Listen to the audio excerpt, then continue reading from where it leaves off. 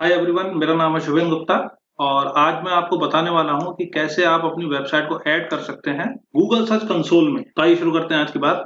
तो सबसे पहले बात करते हैं गूगल सर्च कंसोल के बारे में।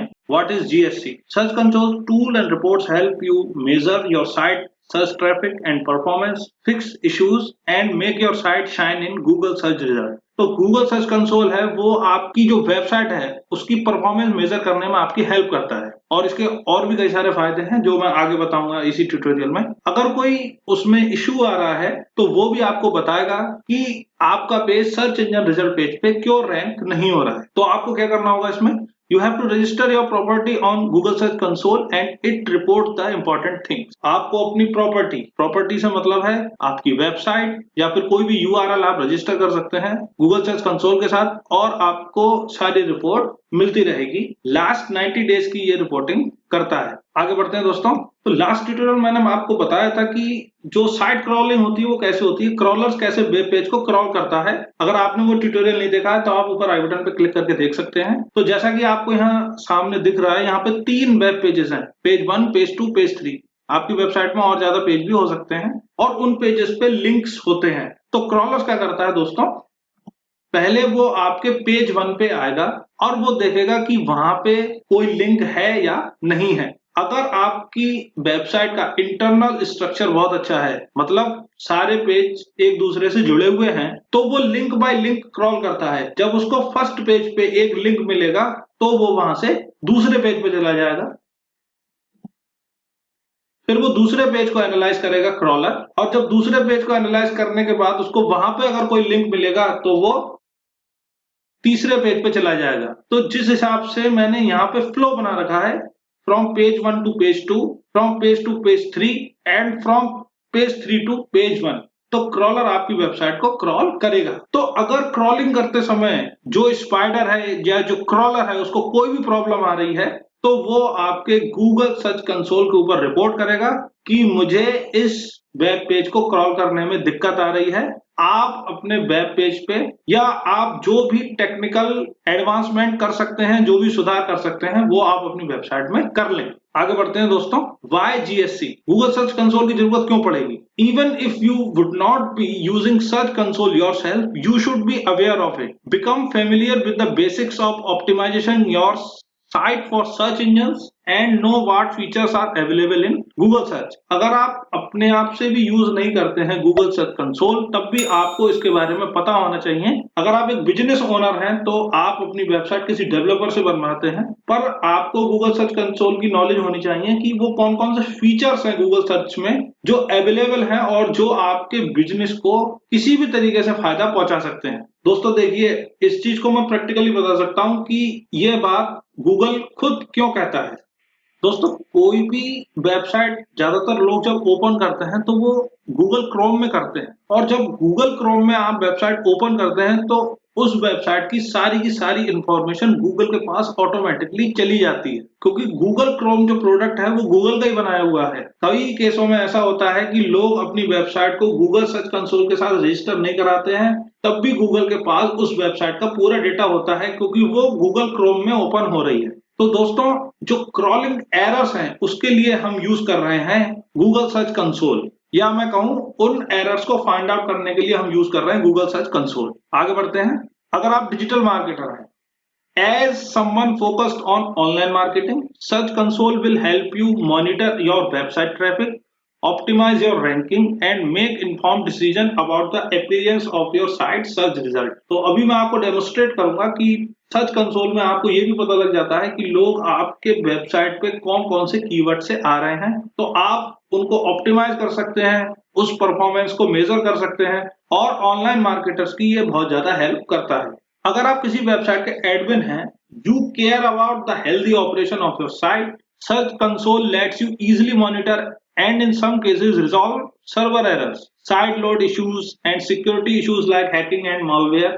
You can also use it to ensure any site maintenance or adjustments you make happen smoothly with the respect to search performance। तो दोस्तों, अगर आप एडमिन हैं तो आपको कई सारी चीजें मिल जाती हैं, आपको जो कई सारे इश्यूज आते हैं वेबसाइट की अंदर की लोड स्पीड का इशू है या फिर सिक्योरिटी का कोई इशू है, तो वो सारे आप इस पे देख सकते हैं। अगर आप डेवलपर हैं तो if you are creating the actual markup or code for your website, Search Console help you monitor and resolve common issues with markup such as errors and structured data। तो जो HTML कोड से website बनती है, coding के through website बनाते हैं या फिर वर्डप्रेस के थ्रू भी वेबसाइट बनाते हैं, अगर वहां पे कोई एरर आ रहा है तो वो भी गूगल सर्च कंसोल के थ्रू पता लग जाता है। तो दोस्तों गूगल सर्च कंसोल बहुत ही ज्यादा इंपॉर्टेंट है आज की डेट में। इंफॉर्मेशन तो गूगल के पास आपकी वेबसाइट की पहुंच ही जाती है। जैसे ही आपकी वेबसाइट पहली बार गूगल क्रोम में ओपन होती है, सारी की सारी डिटेल गूगल के पास चली जाती है।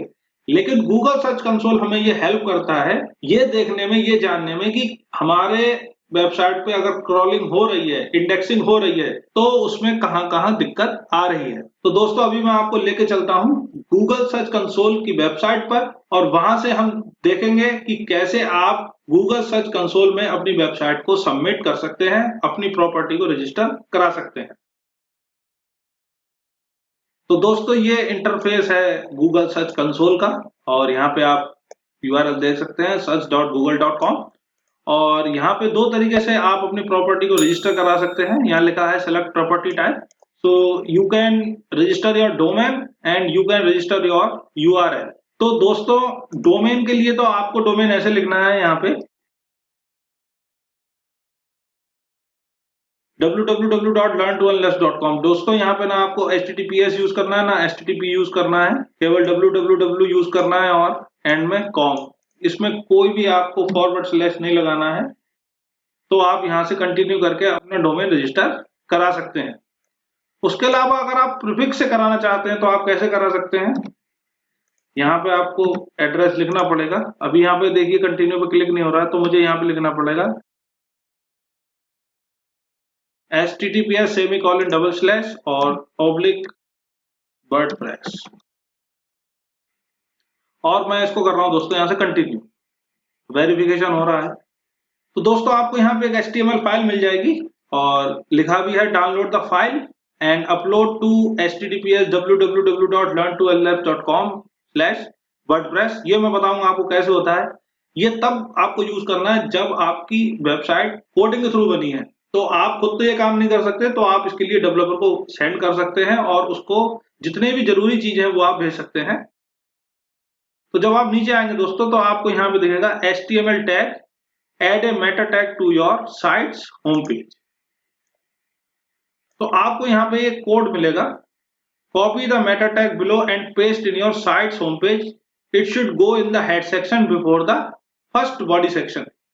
तो आपको कुछ नहीं करना है, बस इसको कोड को यहाँ से कॉपी करना है और हेड सेक्शन में पेस्ट कर देना है और वेरीफाई पे क्लिक करना है। तो जैसे जो कोडिंग वाली वेबसाइट होती है दोस्तों, यहाँ पे मैं आपको एक बता रहा हूं।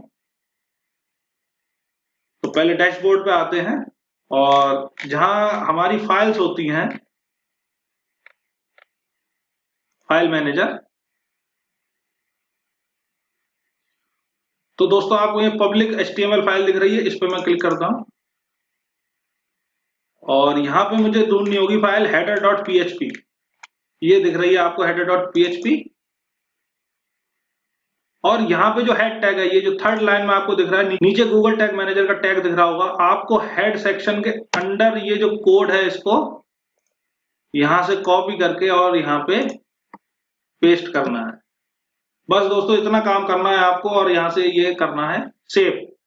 तो ये काम सरल है, आप डेवलपर के बिना भी कर सकते हैं और आप चाहते हैं कि डेवलपर ही काम करे तो आप ये जो कोड है वो डेवलपर को सेंड भी कर सकते हैं। अभी मैं इसको नहीं लगा रहा हूं दोस्तों क्योंकि मेरी वेबसाइट पे ऑलरेडी लगा हुआ है, तो मैं इसको जैसा था वैसे ही सेव कर देता हूं एंड क्लोज।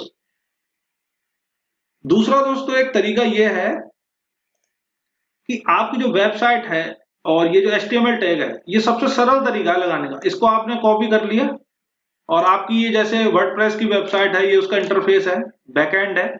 तो आप यहां से जाएंगे अपीयरेंस में और थीम एडिटर में। तो दोस्तों हम एडिट थीम सेक्शन में आ गए हैं और यहाँ आपको एक फाइल ढूंढनी है यहाँ राइट हैंड पे, जो होती है header.php। देखिए दोस्तों ये लिखा है थीम हेडर header.php। तो इसके अंदर जब हम आएंगे तो आपको यहाँ पे हेड टैग दिखेगा, ये जो 11th लाइन में आपको दिख रहा है हेड टैग, इसके नीचे इसको पेस्ट कर देना है और फाइल को कर देना है अपडेट। तो दोस्तों यहाँ लिखा आ गया फाइल एडिटेड सक्सेसफुली। तो अब चलते हैं वापस गूगल सर्च कंसोल पे और इसको यहां से करते हैं वेरीफाई। तो देखिए दोस्तों ओनरशिप वेरीफाई हो गई है और गो टू प्रॉपर्टी। तो आपके पास कुछ ऐसा इंटरफेस आएगा जब रजिस्टर हो जाएगी।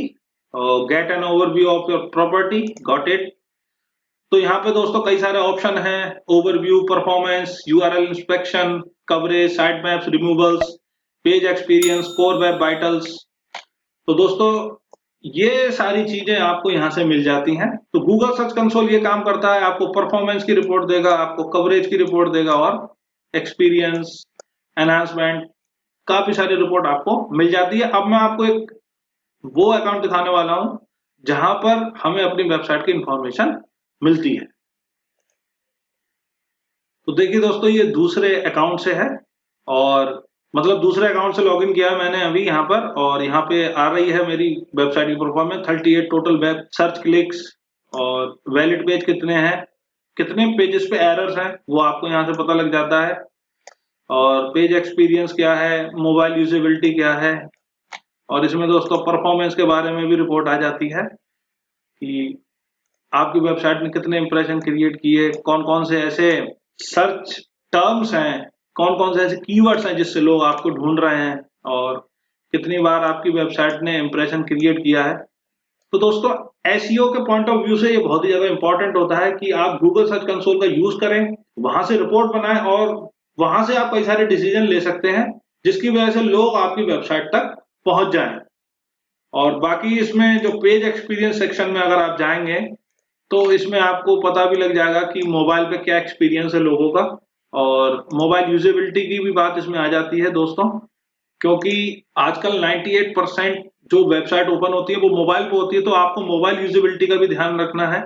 और दोस्तों ये जो कोर वेब वाइटल्स हैं मोबाइल और डेस्कटॉप, ये दोस्तों बहुत ही ज्यादा इंपॉर्टेंट है, इसके बारे में मैं आपको आगे बताऊंगा, टेक्निकल एसईओ के अंदर आते हैं ये। तो दोस्तों गूगल सर्च कंसोल एक बहुत ही इंपॉर्टेंट टूल है और इसकी मदद से आप एसईओ को इंक्रीज कर सकते हैं और अपने जो टारगेट कस्टमर हैं उनको आप अपनी वेबसाइट तक बहुत ही आसानी से ला सकते हैं अगर आप इसका सही से इस्तेमाल करेंगे। इसी के साथ मैं आज की बात खत्म करता हूं।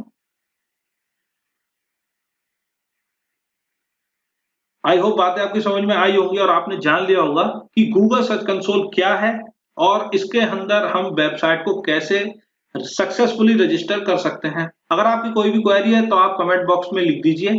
आप हमारी वेबसाइट को विजिट कर सकते हैं, लिंक डिस्क्रिप्शन में है। जल्दी मिलता हूं आपसे अगले ट्यूटोरियल में, तब तक के लिए गुड बाय।